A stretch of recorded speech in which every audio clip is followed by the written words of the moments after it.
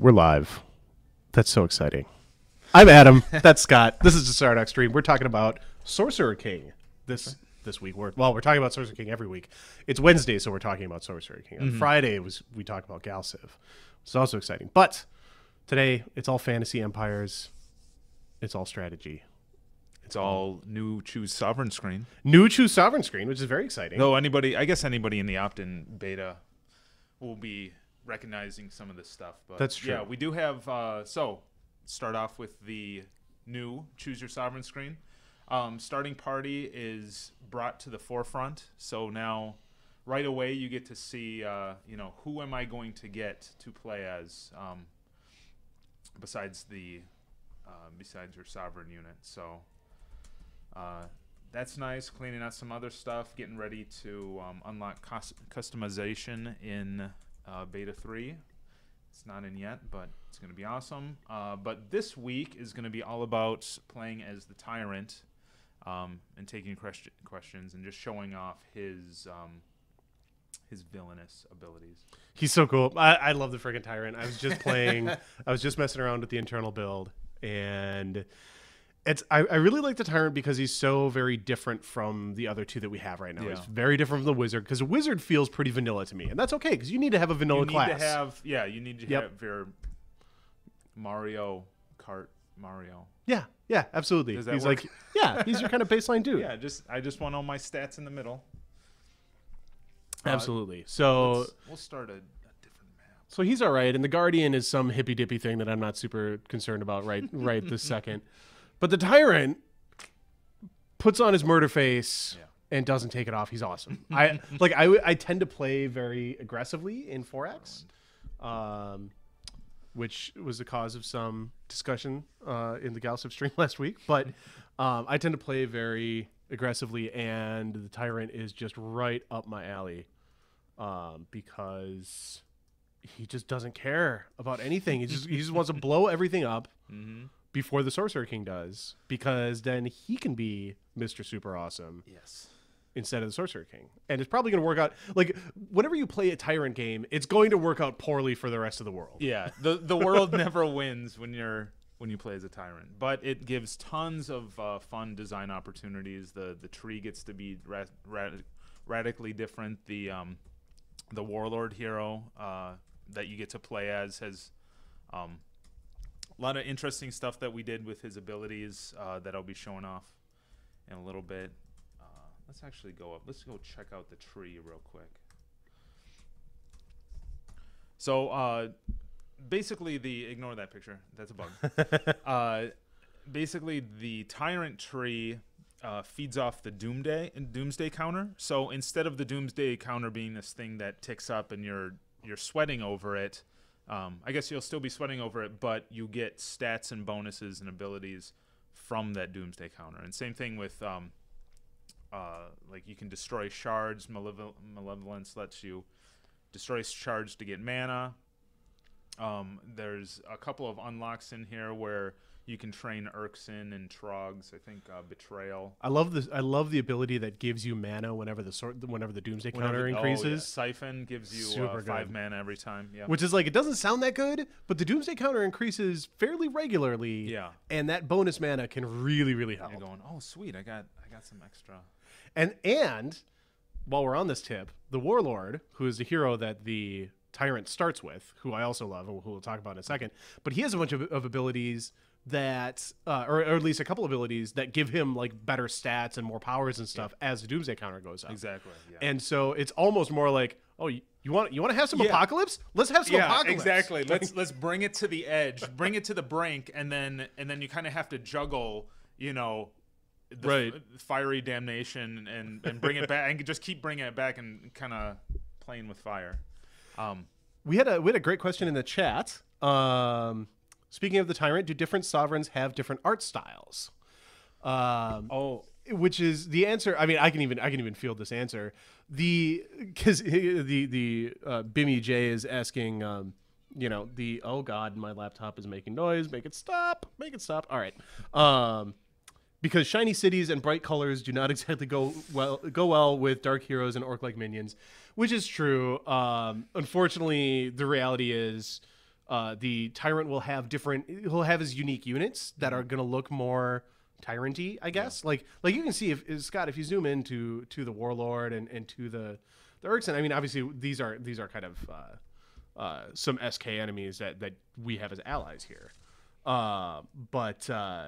So you'll have those unique units that look different, but I mean, yeah, your cities are going to look the same. Like the short version is, it's not free for us to it's not free or easy for us to just make a bunch of those. Yeah, we'll go through and try to make sure, all the assets that we can touch up and fit the flavor nicely. But it won't take, we won't put out anything that is too sunshine and lollipops. I wonder if there's anything we could do with just adding some particles and stuff to give a little bit of extra flavor. Yeah, and it's amazing what an hour of art time going through and doing some hue shifting. Can really set the mood nicely. That's true. I love the fact that you start with the dude with backswing, because backswing is so freaking good in SK, because accuracy is so low in this game. He has counterattack and backswing. He's so good. He's just like, he just houses dudes all the time. I love him. Yeah. I want to check and see. So Urkson, this little guy with the sickle and the hammer, he when the Sorcerer King uses him, he can he's basically the pioneer of the Sorcerer King. So one thing I want to test right now, once his battle's over, I'm pretty sure that we could use him as a free pioneer unit, which sounds pretty cool. Sounds totally cool. Although he's actually pretty useful in battle, especially early on. Yeah, I know, but that makes him an interesting choice. It does. It does. I like those. We had another good question in the chat. A couple people mentioning any chance new art could be DLC if the game sells well. Sure. I mean, art and skins and stuff like that. That's very classic DLC. Yeah. We love to make DLC if it's something that we think the community is going to enjoy. So you're wasting. Oh no, because you changed that. So this is why I love the Warlord. Yeah, I love the Warlord. He's got all of his abilities, his active abilities. Not all of them, but a lot of them cost hit points. Yeah, so he has to spend his life. He's sacrificing a little bit of himself to put these abilities out there. So. And he can do things like you can upgrade to the Shadow Shift ability, which the Darklings normally have. Form of Mist replenishes HP while you can't be hit. There's a whole bunch of cool things that you can trade your hit points for, and then obviously there's another branch of the tree that gives you HP. Some drain life abilities and Shadow Soul at the very end of this tree gives you more max HP, and any time that you fight in the Shadowlands, you get Grave Seal automatically cast on you. Death Ward. Death Ward. Sorry. It would not be great to have Grave Seal. It's like, yes, I get critted all the time. It's gonna be awesome. Nothing but crits on me. No, so he. I like that we have. Oh, never mind. Sorry. So and then one of the things new to SK is that we can now have abilities trigger when you hit a critical. Oh. So critical leech, you actually get 20 HP whenever you land a crit. Nice. And then scavenger, so you're getting new items in the Shadowlands. Let's check to see if I can use this guy. I had a question about the whether or not we're going to be basically making saves incompatible as we move through various beta releases and stuff.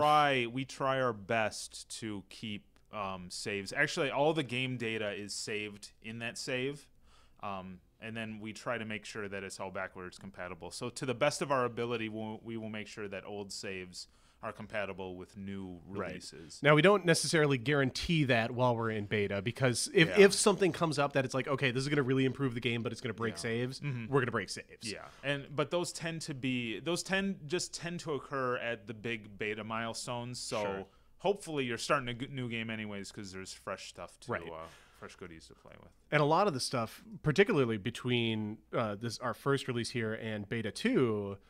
I mean, there's so much more stuff on the map. The maps are so much better. Like, I highly suggest you start a new game anyway, to be real honest. So let's see. What do we got? Target date for actual release is spring 2015. So that's what we got there for now.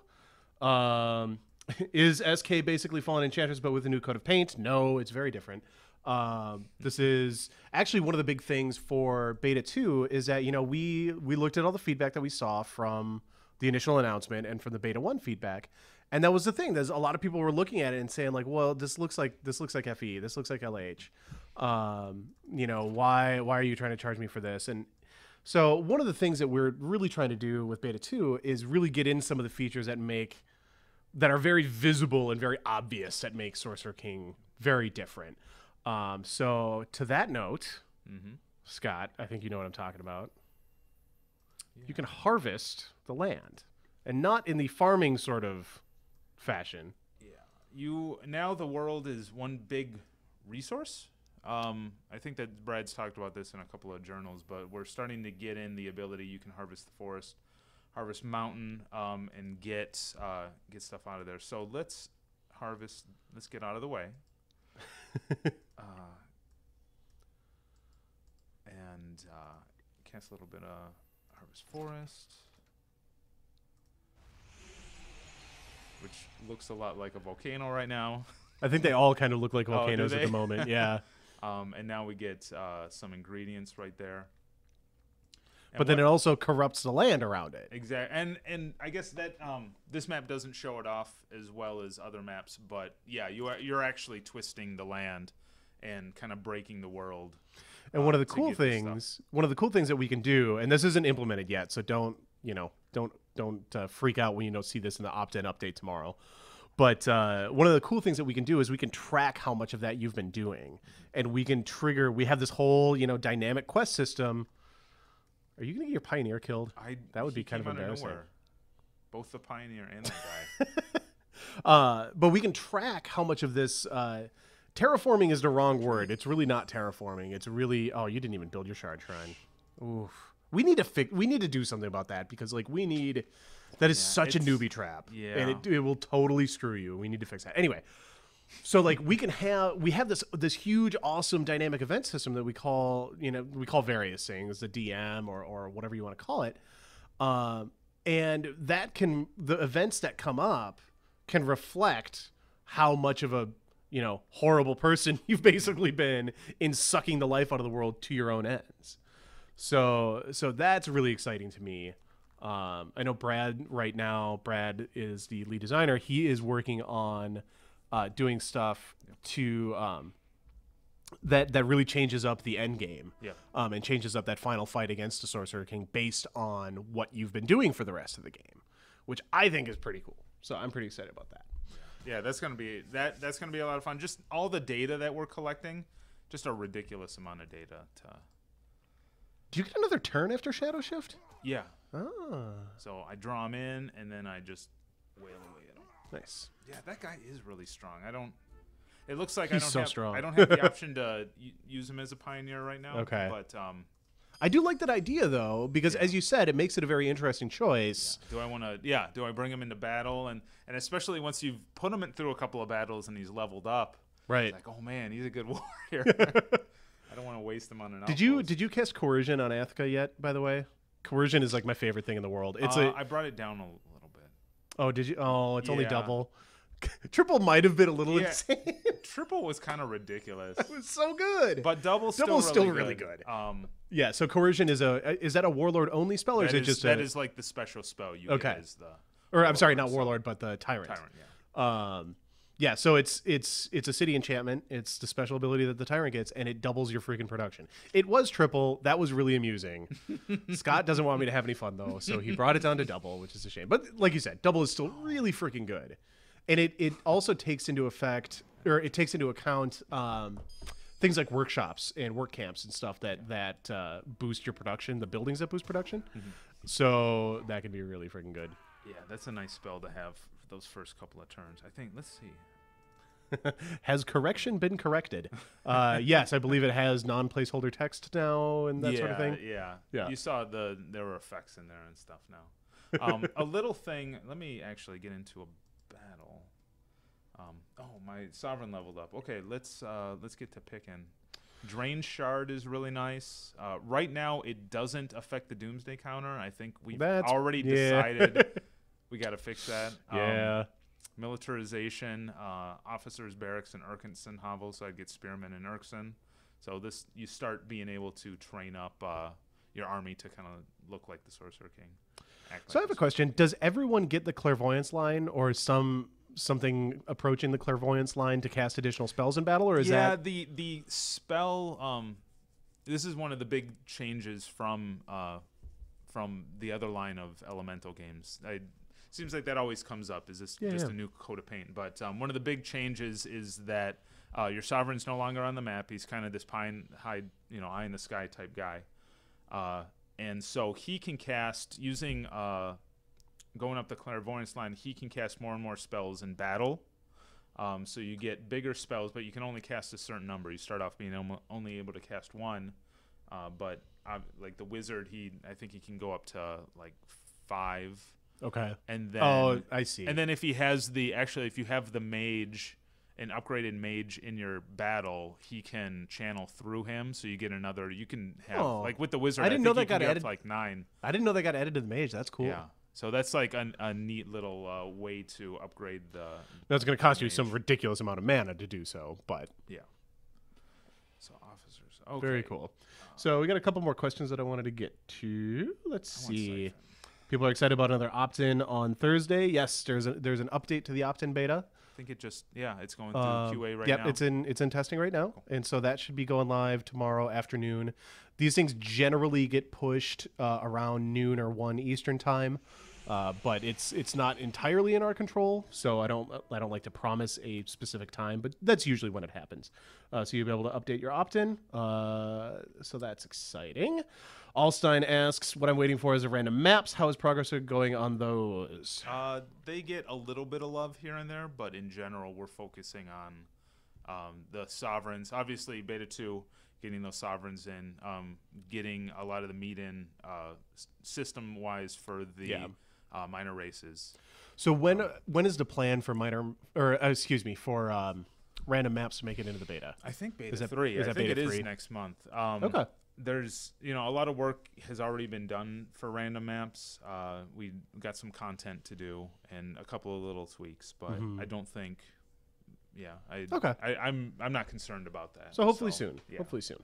I certainly as the guy that's actually tweaking the maps and doing the art pass on them, I have not been able to enjoy a game of a random game of Sorcerer King in so long, because it's like, I know this map, I know, Yep. So that randomness is going to be huge for replayability. Yep. So let's see. Oh, new icons. That's what I was going to show off. Jenna made some awesome.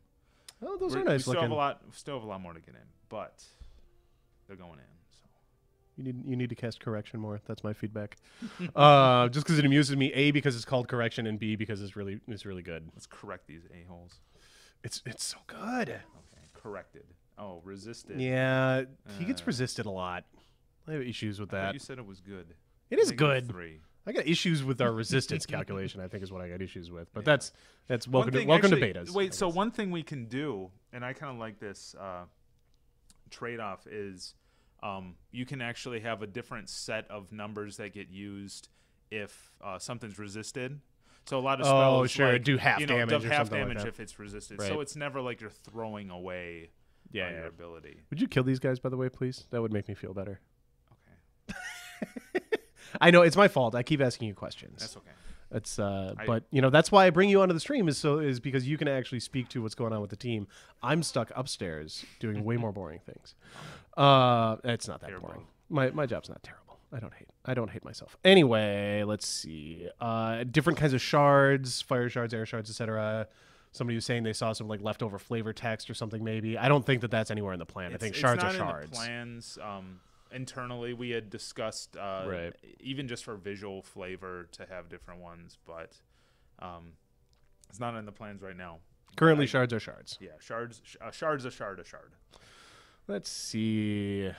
People asking what's up with the exclamation point. I have issues with the exclamation point, the notification. Oh, Yeah, I should show off the exclamation point. Which I love the notification. Don't get me wrong. It drives me crazy that it's up in this corner of the screen that I never ever look at. Oh, yeah. But I have a whole. What if it bounced? What if it was bigger and bounced and glowed? Pick one of those. You people and your animation, you're gonna kill me. It draws the eye. It does. You could also put it the way where every other game puts it, next to the turn button, so that when I glance over to my turn button, I see my notification. It sounds like you're stealing from other games, and I don't like that. Fair enough. Fair enough. It's got to be fresh. I'm just being salty pretty much at this point anyway. Okay, so let's go. Oh, it's not even there. Here's a question that I know we've talked about. Is using the Sovereign spell meant to cost your unit its turn? Didn't we just talk about We this? did. We literally just talked about this yesterday morning Yeah. in a design meeting. What did we decide, Adam? We decide whatever Brad decided. I think we're going forward with interjecting it. Yeah, I think it won't is the current plan. Yes, That's certainly what I was arguing for. and it's one of those things where there's two sides to it, and both sides are completely valid. Yeah, My concern with interjecting it is that as you get more and more spell casts, you could start a battle, you have tons of mana, and use all 5 spell casts and just decimate, just wail in every single battle. Like that would make battles not fun. Whereas it at would, least but here, I mean, if you have that much mana, though, I mean, if you had that much mana, couldn't you just cast Reduce Doomsday 10 times and give the Sorcerer King the finger? Like, that's my argument. I worry about it being compounding into a win battle button. Sure. Whereas right now it uses a turn, so at least you're forced to. You're giving up continue. something on the tactical map, because mana is an abstraction. It's mana is not something that is a finite resource necessarily on a single tactical map. So you are forced to make a sacrifice in that regard. Yeah. My biggest problem with it isn't even that. Like, from a purely game design perspective, I absolutely appreciate that. My problem is that it doesn't feel thematically correct to me at all. Yeah. That because your sovereign is off screen, he's overseeing everything. Yeah. Is your unit spending his turn praying to his I think that's god kind of what king? it's like. Hey, Galor, I need a flame dart. Can you hear me? And then a flame dart appears. Yeah, and it's like, it just seems, thumbs up. It takes just a seems so turn to weird. give the thumbs up to Galor. Thanks, buddy. It seems so weird because, like, aren't you giving the orders anyway in the tactical battle? Like, you as the sovereign? This is getting really deep and that's true. Philosophical. Will we ever know these answers, Adam? Yeah, Sorcerer King is really an introspective philosophical journey into the self. Deep, man. That's right. Sometimes a fantasy Empire Wizard game is just a fantasy Empire Wizard game, and that's okay. I'm going to take a little bit of everything right here. Dr. Frankenfurter brings up Master of Magic and the way Master of Magic handled it, which was, I remember very specifically because I think just about everybody here played a ridiculous amount of that game, but I definitely played a ridiculous amount of that game as recently as like last year because I'm a huge nerd. DOSBox is a beautiful thing. But so Master of Magic had it where you could cast 1 per round, but you were also limited by your casting skill, not just the mana you had in the bank. We also don't have the idea of rounds. We don't have the idea of player, like, you go, they go, you go, they go. That's right. Which Master of Magic did. It was like all your dudes got a turn, and then all their dudes got a turn. And your dudes could take their turn in whatever order you wanted to. And we do lose a little bit of design flexibility there, because it was nice to say, okay, sure. You go. Sure. I do much prefer the initiative system, but the key thing with Master of Magic is that you're limited by your casting skill. Mm-hmm. We don't have the concept of casting skill, where you could only channel X amount of mana per turn into spells that were either strategic spells or tactical spells. Whereas in Sorcerer King, that's kind of abstracted out into the clairvoyance skill tree, which lets you cast multiple tactical spells. So really the constraint in Sorcerer King, if it doesn't take a turn, is A, you can only cast X number per battle, and B, is how much mana you have. Mm-hmm. My experience has been mana is usually pretty in demand. because there's always more stuff to spend mana on, especially with the new geomancy spells, the new harvesting of forests and fertile and mountains and stuff. So my personal, whatever. I've been pretty outgoing about my thoughts. Brad's thoughts are really the ones that matter, but I think I convinced him. So we'll see. Certainly, you can lobby Brad on the forums and on Twitter. He reads the forums and Twitter kind of obsessively. So feel free to poke the lead designer that way. We're gonna do something. I'm gonna get Brad on this stream from time to time as well. He was on the first one, which is great. Not that I don't love you, Scott. No, you hate me. That's fine. Well, okay, fair enough. I'm just jealous of your hair. I have no hair. It's a shame. Let's see. Haven't I ever buzzed it off around you? I don't know that I've ever seen you with like a full-on buzz cut. My wife really likes it. So see, my wife hates it, but I like the buzz cut. Yeah, it's draconian, but it's like so useful. Like that's so great. Oh my gosh, it's so great. It kind of sucks in the winter because you have to wear a hat all the time. I guess that's for another stream. Where we can just we should at least 2 hours just talking about how great. And it's the dude. I will do that stream. I am on board. I'm just saying. Tireless.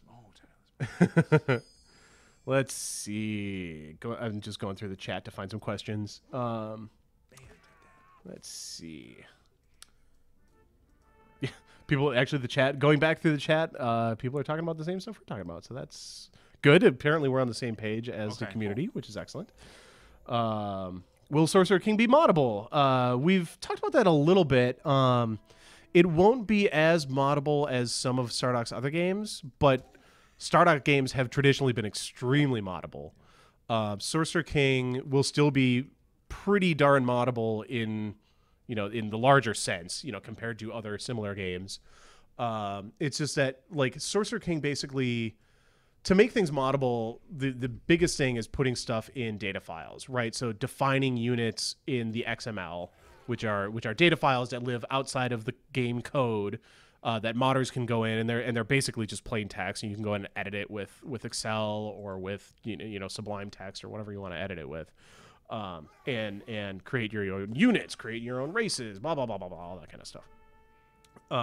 Modify the stats for everything in the game, and you can do most of that in Sorcerer King. There's some stuff I know that Brad pulled out of the data files and back into the code, specifically so he was able to make more interest. I think it was particularly the minor factions. Yeah. There's some stuff that he really wanted to do design-wise that he wasn't able to do while all that stuff was out in the data files. So he had to pull it into the source code, which has the unfortunate effect of making it a little bit less moddable. But it's still going to be pretty darn moddable. Yeah. You can add in all your own quests and units, and I don't know how well we support like adding additional models in animations and stuff. I think we had an exporter set up at one point. I have no idea. That's too technical. Sure. That's more technical than I could get at. But at the very least, you can tweak. You can take textures and you can do skins and stuff, and there's tons and tons. Like so much of the game is XML driven. Yeah, like all the skill trees for sovereigns and warriors heroes, all that stuff. The dependencies for buildings, the effects of buildings, the rate at which cities grow, like all that stuff is very accessible. Let's see. Is there or will there be a meter to see city level and when the next level up will occur? I would personally love to get that on the nameplate that is out on the main map, but it is in the context window, meaning the sort of card that's down in the lower left. You can see that there. I'll argue. I have like pages of UI nitpicks that I am always in the process of bothering the team about. And that's definitely one of them. But I mean, that's, it's one of those fairly minor things that like, I mean, we're not going to delay a beta for it or anything like that. So, I mean, we're always looking for those little polish points. So, yeah, I mean, those are some of the best and most useful pieces of feedback that we can get from you guys, from our beta testers, is stuff like that where it's like, it takes me too many clicks to do this thing that I do all the time. That kind of stuff is like, that's super helpful. And can really make the game a much better game. So please hit us with that feedback. We love that stuff. Let's see. Sometimes I think that we like with Sorcerer King, there was such a focus on streamlining that we very well may have overcompensated in areas. So let us know if there's data that you need, that you find is just buried too deep. Let us know, and we'll see if we can come up with solutions. For sure. Let's see. I like the zoom into battles. Yes, I like that too. The little the particle, or is that a particle or is that a bank? I think that's an effect that our cinematics team came up with. Oh, nice. And then there's just a little camera push through there. But yeah, it's a nice little transition. Like, okay, I'm in the Yep. I'm in the battle now. I like it that it's noticeable, but it's also nice and fast. Yeah. Like I hate for something like. Because you go into a lot of battles in Sorcerer King. You know what I mean? Like, if that was a long animation, all it would do would be annoy me after my first game. I remember, did you ever play Final Fantasy VIII? I didn't, actually. That's one of the very few that I've missed. It's one that possibly the only one. A lot of people didn't care for, but it was, maybe this is why, it was notorious for, you'd have the, zoom in, and then you'd pan around like 5 different shots of the battlefield. Oh. And it's like, just let me... Well, they were disguising a lot of loading in that though too. Oh, that's true. They totally were, because you remember they had to stream everything off of a freaking CD. Yeah. You remember how slow CD speeds were? Yeah. Streaming models and textures and stuff off that on that tiny little PlayStation processor. At the time, I didn't think about that. That's a good point. Yeah. So I know like they were doing a lot of. Kind of. Oh, look at this! Yeah. Look at the shiny thing. Don't listen to the PlayStation as it churns. Yeah, totally. Let's see. Is there a multiplayer? No, there's not multiplayer. Yeah, multiplayer. We just all the single player. The dungeon master stuff just wouldn't be possible. Yeah. And the minor faction stuff, because it's such a push-pull between you and the Sorcerer King trying to get the minor factions on your side. Like, yeah, it's really all about you, right? You as the player versus the big bad, and everything that happens in between.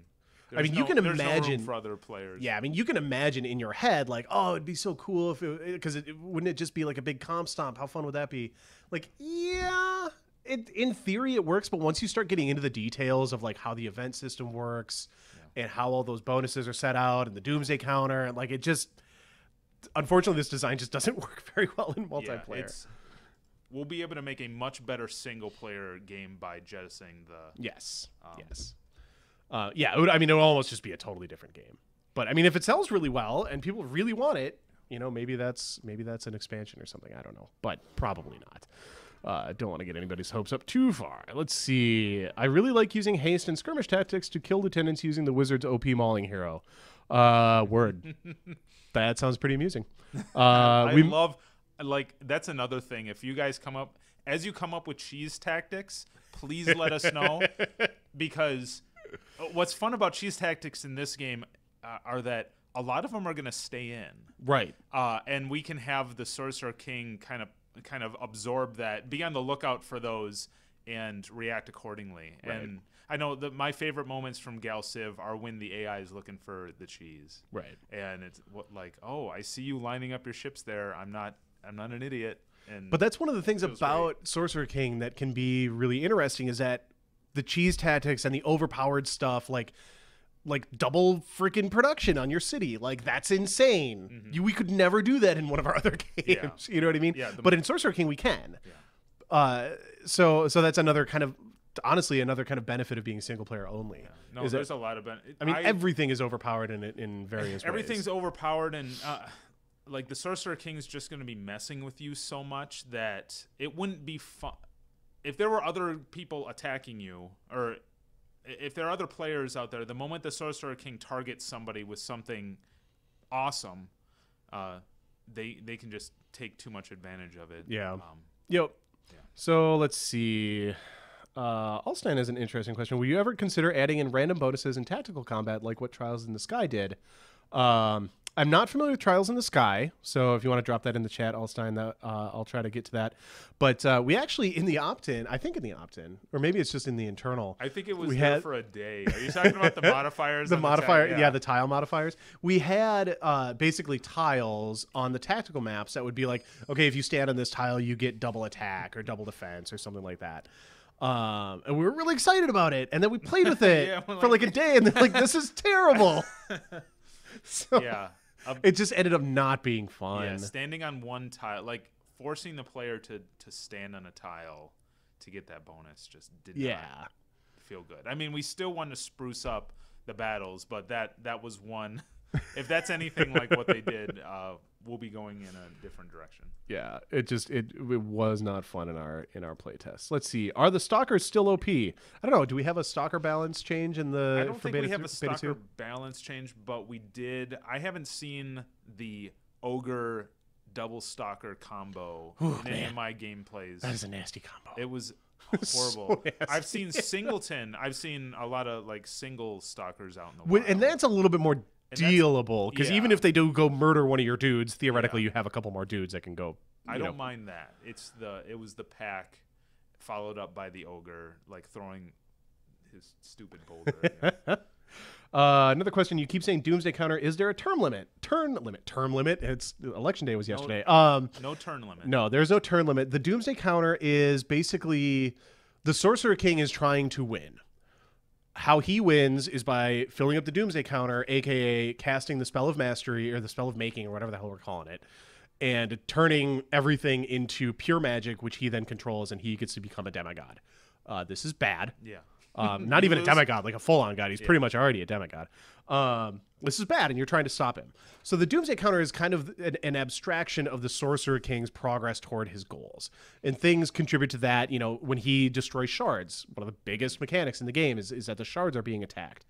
When he destroys a shard, there's a big boost to the Doomsday Counter. So you got to try to defend the shards. It keeps the Doomsday Counter. There's also ways that you can bring the Doomsday Counter down. There's a spell, if you want to just dump a bunch of mana. You can dump a bunch of mana into dropping the Doomsday Counter. You know, you're effectively like casting counter spells at his magical progress. There are when you're doing the resolutions to quests, because we have all these quests and you get hundreds of quests, and you'll see a ton of them when you're out on the map and exploring and stuff. And they're really funny. So I suggest that you read them. But the more like kind of classical good guy resolutions to those quests, a lot of those have Doomsday Counter reductions on them, right? If you're helping people and you're helping the world to be healed, that has, you know, positive impacts on the Doomsday Counter. So it's not something that's like a hard turn limit by any means, but it is, I mean, it is intended to push you a little bit and to make you go and engage with the world and engage with the Sorcerer King and engage with what's going on. It's kind of it's just a way of solidifying that push. I mean, you have that push in any 4X game. It's abstract. It comes out through the gameplay, but as you know, as wars break out and as things get ratcheted up, I mean, there is technically there's a soft turn limit in any 4X game, right, where if you play at any speed, eventually you're going to win or lose. So this is kind of our way of solidifying that and tapping into it as much as possible. Like we said with the Tyrant, you want to build that up and get the right abilities, so suddenly your cities are producing twice as much after it know, goes over the... And it's worth pointing out, too, that if you're somebody who likes playing a more, not necessarily laid back, but a more turtling kind of game, you know, a more methodical progression, you're going to, you know, expand your empire, blah, blah, blah, blah, blah.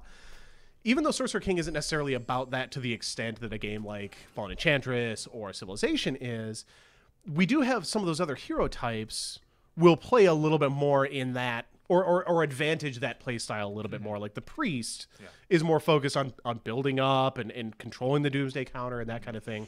Whereas like the Tyrant is kind of okay with the Doomsday Counter, like we talked about. Yeah. Like I get a bunch of bonuses. Yeah, let's do this.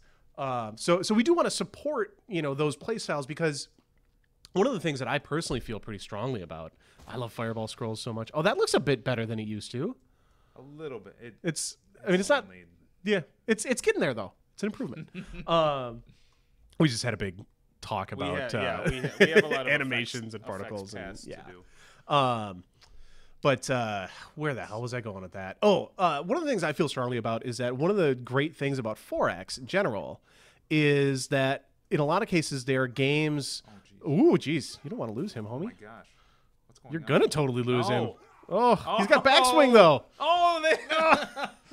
You might have some. Shoot, man. I rushed into this, And that's after burning a fireball scroll too.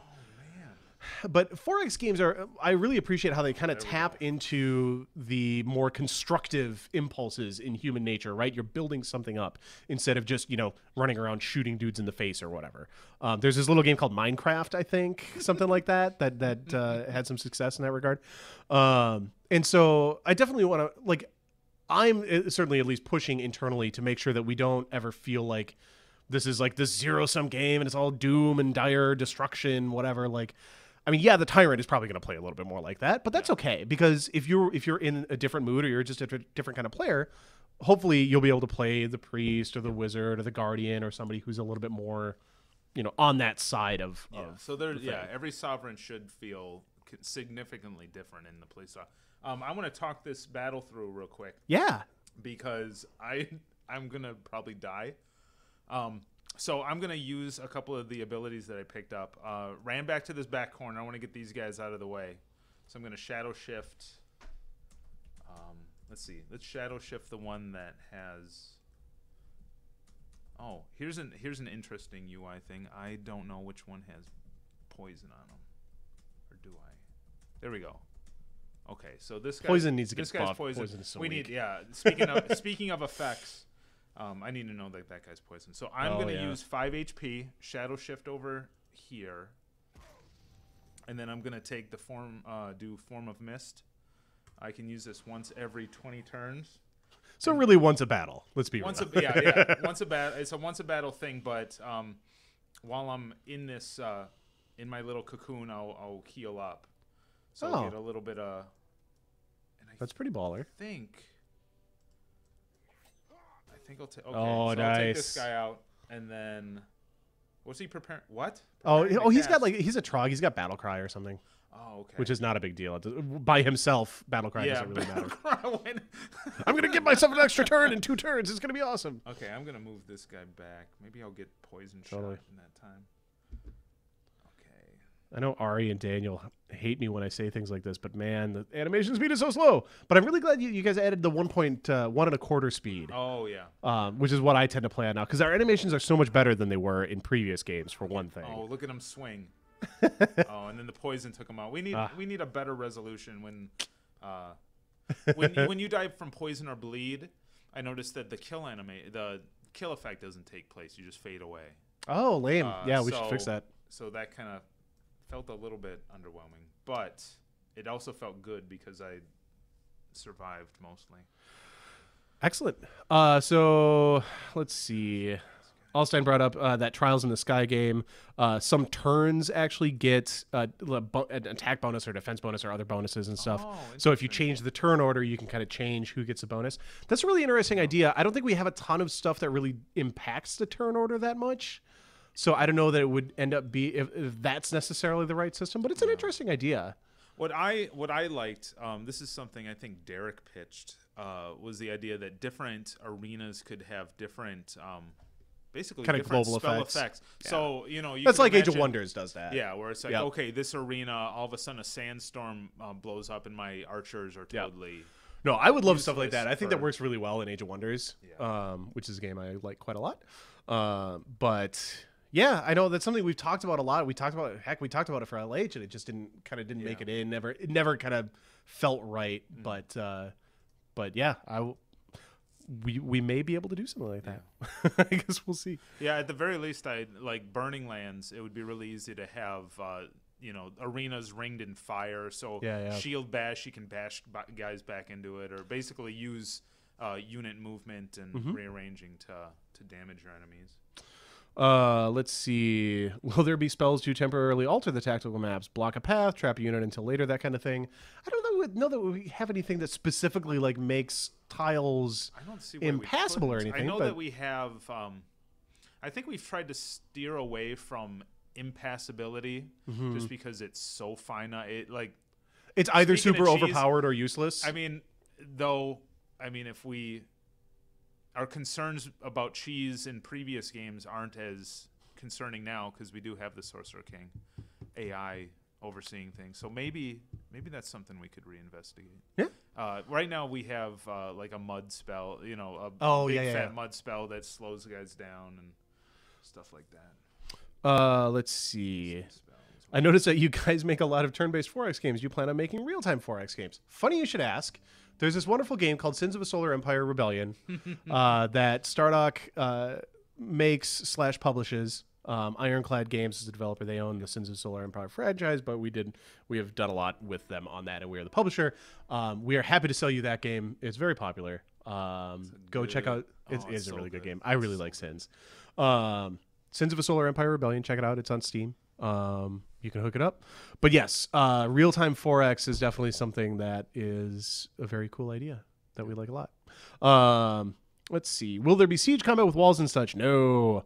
Basically, I think you get some militia type like free garrison units when your cities get attacked, and that's pretty much it. Yeah. The deal. Yeah. Right now, and we'll have different specific maps that kind of play into unit placement and stuff. So you can. Yeah, I mean, that's something that people have asked for a lot, both in Sorcerer King and in Fallen Enchantress Legendary Heroes. Realistically, the problem is that we want our combats to be pretty quick. Like, we don't want these long combats like you get in Age of Wonders. And again, I love Age of Wonders, but that's a very, very tactical combat-focused game. Like, that's where you spend most of your time. And we don't want that to be the case. We want our combats to kind of flow pretty quick and get in and get out. And like with that, so we don't have a lot of the sort of, line of sight and obstacles and blah, blah, blah, all those other like flanking and whatnot rules, which means that things like walls just end up not being that interesting and not being that fun. So I mean, that's kind of fast and fun for our tactical battles has kind of been our mantra. So. Yep. Because you get into a lot of these battles in a game of Sorcerer King. You fight a lot of these. And so we don't want you to get bogged down, basically, because we want you to spend your time on the tactical battles and have fun. But I mean, it is about the strategic, bringing you back out and going, okay, that battle was won. I now can, claim this area. It's all about advancing your kingdom and your fight against the Sorcerer King. What would a Sorcerer King sequel or expansion look like? That's an excellent question. I mean, hopefully, I got no answer for that right now. It's really hard answering sequel questions. Yeah, you're in the thick of it. We're still several months away from release of the base game. Yeah. Like, I mean, we would love to do sequels and expansions. I mean, I think internally, like, everybody loves Sorcerer King. It's a really neat, unique design, and it's fun to work on. It's fun to come up with like the different crazy stuff that we can put in here that we can't put in other games. Yeah. But, like, it's so hard to answer that question because it's like if we come up with good ideas, it's like, well, I want to put the good idea in this game. Here's an idea. This is a game that I've always wanted to make, and I think it'd be great under the Sorcerer King label. Oh God, this is nothing official, but we have all these great new assets, and we've actually thrown them into like Unity and Unreal 4 just to see what they look like, and they hold up really well. I would love to take our assets, take the basic idea of Sorcerer King and do a console version, but have it be more. So you have like light 4X, but have it real time. Speaking of real time, have it play out more like a Diablo or Zelda or something, where you could build up cities and. But you'd always have that doomsday ticker. I don't know. I've always wanted to play like a real time. Zelda meets Zelda 4X. I don't even know how to react to that, Scott. So there we go. I mean, that sounds awesome. Like, I want to play Zelda Mario Metroid. Yeah, because that would be super fun. Just mix them all together. No, but I mean, what's fun about Zelda is when you hit a guy, or Diablo, where you hit a guy, you get a bunch of resources, and then you use those resources to build your kingdom. Whatever. All right. There. I answered it. There you go. Sorcerer King sequel. Be on the lookout for that in 2037. Any comment on the fate of Sir Kale? I don't think that we have seen the last of Sir Kale, but he'll be back. He'll be around. Yeah. He was poor Sir Kale. He was just like the most whipping boy. He really was. I really want to get some items in, and I don't know if this can be balanced, but like an early item, like an early ring of safe haven, where if your unit dies, he gets one resurrection pass back to the main city. So like you have Sorcerer, you have these two guys. Like I just lost that one starting unit. We wanna polish those starting units so they feel interesting, and just having them die like that. It seems like there should be a way to keep them in the game longer. Yeah. I think Resurrection Scroll. I think because if you put it on a consumable, it makes it much less likely to. Yeah. I think Resurrection Scroll. That's my feedback. I love, by the way, freaking consumables in Sorcerer King are so good, and I worry about people overlooking them because they are so freaking good. Jenna is scrolls and potions and stuff. Oh my god. Jenna is currently working on a mock-up for consumables on the main map. Which because right now I think let's go. So it's like 2 clicks, and then tactical consumables. Yeah. So we really want to highlight the fact that you can use that stuff. Yeah, because they're so powerful. Down here. Making those scrolls and stuff. I mean, and because of the design of Sorcerer King, because of the way the maps are generated, you often kind of run into these kind of overpowered enemies that you don't stand a whole lot of chance, because it's like, well, I can make soldiers, but I can run an infinite number of soldiers at these guys, and they're just going to get slaughtered. But if you dump some resources into some consumables, into some fireball scrolls or some blizzard scrolls or whatever, you can take them down a bit. You can take them down. Yeah. And it can be worth, spending those resources on those scrolls. So I don't know. I think that with the crafting system, that's such a huge opportunity for Sorcerer King. Yeah, I like between craftables, and I personally like setting up the gauntlet of outposts. And like if there's a group of guys that I just cannot take out, bringing them back to my base somehow and having the outpost take them out, it feels really good. Yeah, everybody loves outposts a lot more than I do. I just don't build that many. Like I tend to just focus myself on other things. Yeah, I know. Like you and Brad, you're just like, oh my god, outposts are so good. And if you can triangulate an ogre between like 3 upgraded outposts, it just it feels like, I don't know. Feels like heaven. It feels like a little piece of heaven in your mouth. Here's watching my son being born, and here. Oh no, that's recorded. Oh boy. Will there be giant monsters and creatures in Sorcerer King? Yes, we have giant monsters and creatures. The lieutenants are one of the big things. Are we gonna have multiple additional lieutenants rather than just fire guy and ice guy? That depends on time. Okay. I know it's something we've talked about. We've talked about it, but at the same time, the moment you have more, you can kind of just. Because you only have a certain amount of time, you can only do less with them. Like right. I would really love to flesh out those 2 lieutenants, sure, and be like, okay, treat them almost like the Sorcerer King. They are lesser Sorcerer Kings. So what are they going to do this game? I would love to see, me personally. I wish we had like 5 or 6 lieutenants, and the game just picked 2 on map gen. Yeah, you know what I mean. So you had different ones that it kind of cycled through. Yeah, as a player, I appreciate a pool that we pull from, but I totally understand. Designer, I'm like, I would love to just flesh out.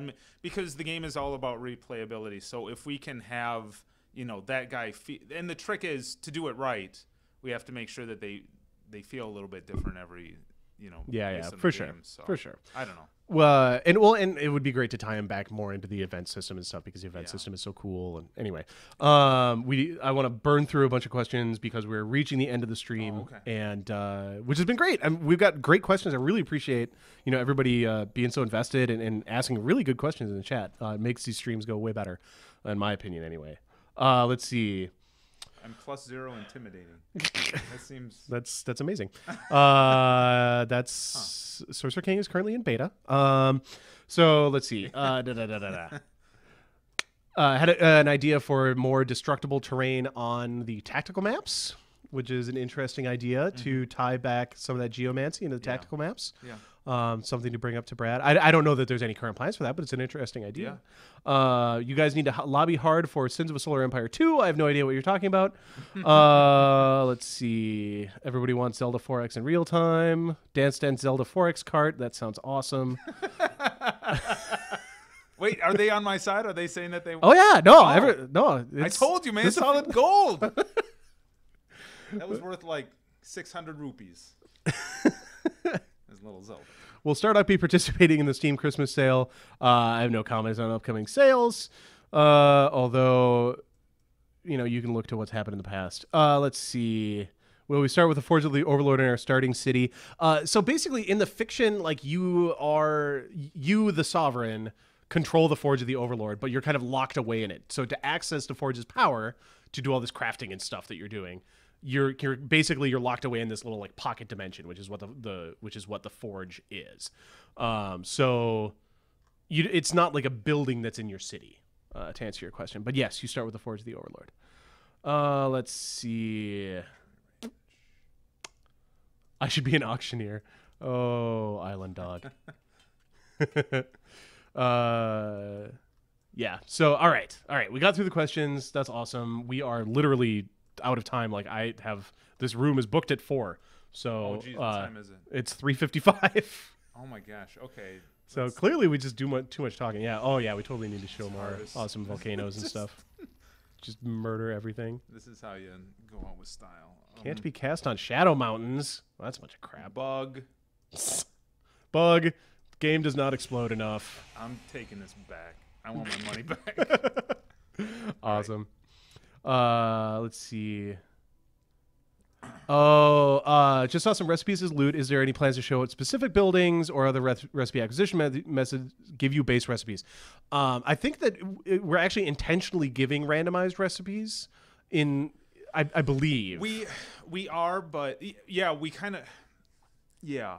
But we really should, when you get a building that gives you recipes, we really should show like which ones you've unlocked. Or maybe like if you always get like these 3 basic things, and then when you build a library, but then you get 2 random, something like that. That would be cool. Yeah. I don't know how deep we can go with that. What's hard about doing anything with recipes too set in stone is that you're always getting recipes randomly from so many things that we don't want to have a situation where you've already gotten all the recipes that this building would have given you, and so you've just totally wasted that production. So it's I don't know. I find crafting personally to be more interesting when it's a little bit more kind of, you get dealt a hand of recipes, and you can make whatever you can make. And it's a little bit more random like that. And it's a lot of it's going to change too when we get the crafting system revamp in. With the different enchantments and stuff like that.